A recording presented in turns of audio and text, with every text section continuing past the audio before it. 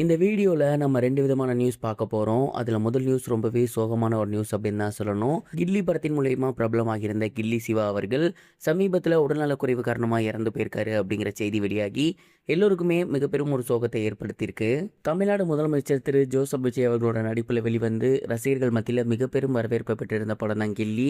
And இந்த ஒரு படம் அவரை பட்டி தொட்டி எங்கும் கொண்டு போய் சேர்த்துருந்துச்சு அப்படின்னு தான் சொல்லணும்.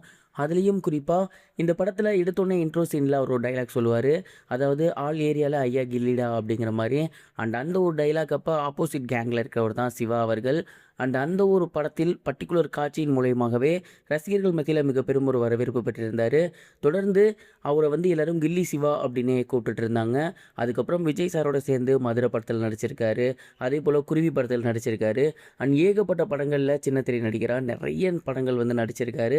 இருந்தாலுமே இவருக்கு தமிழ் சினிமாவில் மிக பெரும் ஒரு அங்கீகாரம் கிடைக்கல அப்படின்னு தான் சொல்லணும். அண்ட் ஏகப்பட்ட படங்கள் பண்ணியிருக்க இவர் சமீப காலமாக சினிமாவிலேருந்து ஒதுங்கியே இருந்தார். இந்த ஒரு நிலையில் கில்லி சிவா அவர்கள் உயிரிழந்திருக்காரு அப்படிங்கிற செய்தி வெளியாகி எல்லோருக்கும் மிக பெரும் ஒரு சோகத்தை ஏற்படுத்தியிருக்கு. அவருடைய ஃபோட்டோஸ் எல்லாம் போட்டு தொடர்ந்து ரசிகர்கள் தங்களோட கண்டோலன்ஸை பதிவிட்டு வந்துட்டு இருக்காங்க. திரைத்துறையில் அவரை தெரிஞ்ச நிறைய நபர்கள் இருக்காங்க. அவங்க எல்லாமே அவரை பற்றி நிறைய விஷயங்கள் சொல்லி வந்துட்டு இருக்காங்க. அண்ட் இந்த ஒரு விஷயத்தை முதலமைச்சரோட காதுக்கு கொண்டு போயிருக்காங்க அப்படின்னும் முதலமைச்சர் திரு ஜோசப் விஜய் அவர்கள் அவங்களோட ஃபேமிலி மெம்பர்ஸ்கிட்ட பேசியிருக்காரு அப்படின்னும் தன்னோட கண்டோலன்ஸை பதிவு பண்ணியிருக்காரு அப்படிங்கிற மாதிரியான செய்தி வெளியாகிருக்கு.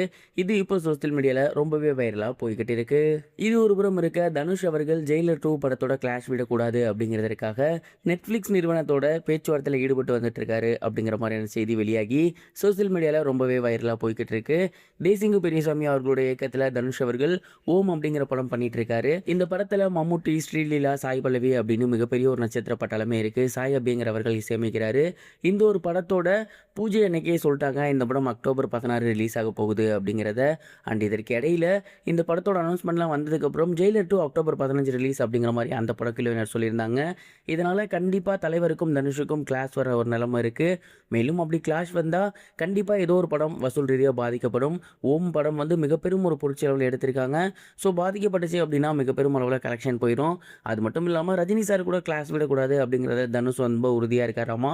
இது குறித்து நெட்ஃப்ளிக்ஸ் நிறுவனத்தை பேசும்போது ஏற்கனவே அக்ரிமெண்ட் சைன் பண்ணியாச்சு, மேலும் பணமும் கொடுத்தாச்சு, சொன்ன டேட்டில் படம் ரிலீஸ் ஆகணும் அப்படிங்கிற மாதிரியும் சொல்லியிருக்காங்களாமா. இதனால் தனுஷ் அவர்கள் தலைவரோட கிளாஸ் விடுறது கன்ஃபார்ம் அப்படிங்கிற மாதிரி வந்திருக்கு.